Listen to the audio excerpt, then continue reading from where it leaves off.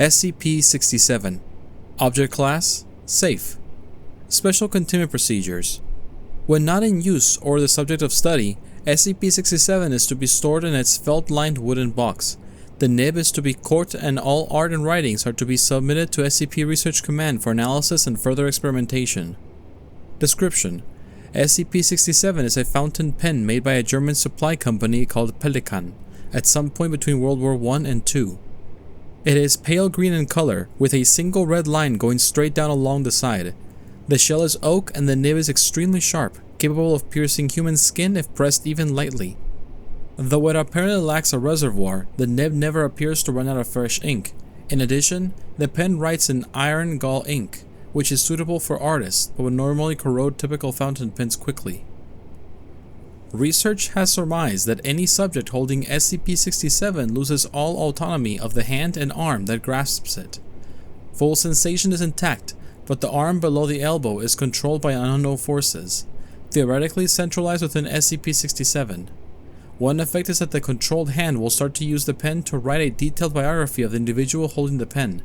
The biography will include such information as the person's name, age, date of birth, criminal record, fears, etc. Other times, the pen has been known to write such things as an occurrence that happened in the person's lifetime. For example, when Test Subject 1204-M held SCP-67, he began to write a detailed record of a motor vehicle accident he had been in the year before. Later, the subject admitted that many details penned in the account were not readily available to him at present time, i.e., the subject had forgotten many elements present in the written work, including the previous car's license plate number, the other vehicle's color, and so on. The subject stated that his memory of the event was so fresh in his mind during the transcription that he could taste the blood in his mouth. Subjects holding SCP-67 have also been known to create intricate works of art, despite the subject lacking any formal art training or previous tendencies towards drawing. For example, Test Subject 1102-F, a young woman with no previous artistic experience, was able to draw a winged creature resembling SCP Redacted, described by researchers present as data expunged. When subjects asked to explain what happens when they hold SCP-67, the typical response is that the subject freely relinquishes control of their appendage to SCP-67 so that it may complete its work unimpeded. See Quoted Response 01.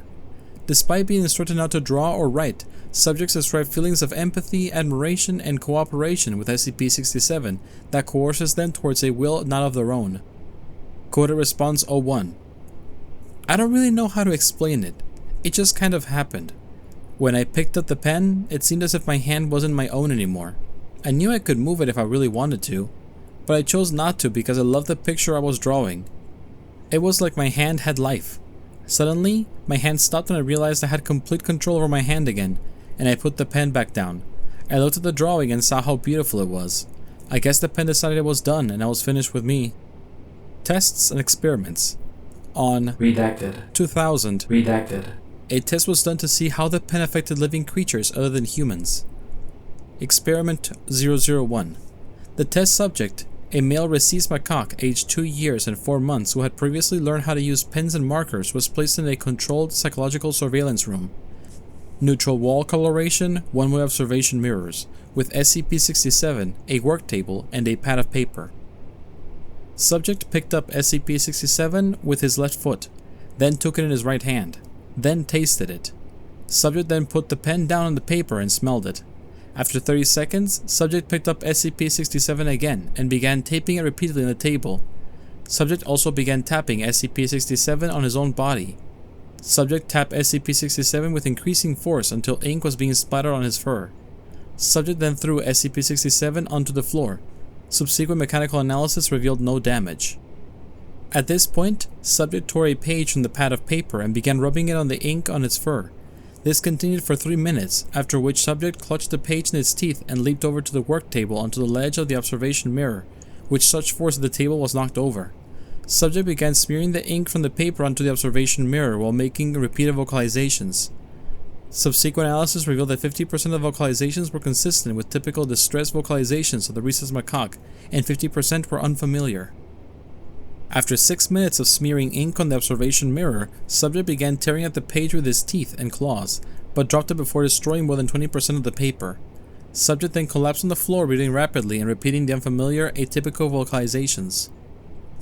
Subject's handler reports that once removed from the psychological surveillance room, subject's mood improved rapidly. Subject was closely observed for 2 months following the experiment, but did not repeat the atypical vocalizations. The sheet of paper was filed away in Data expunged.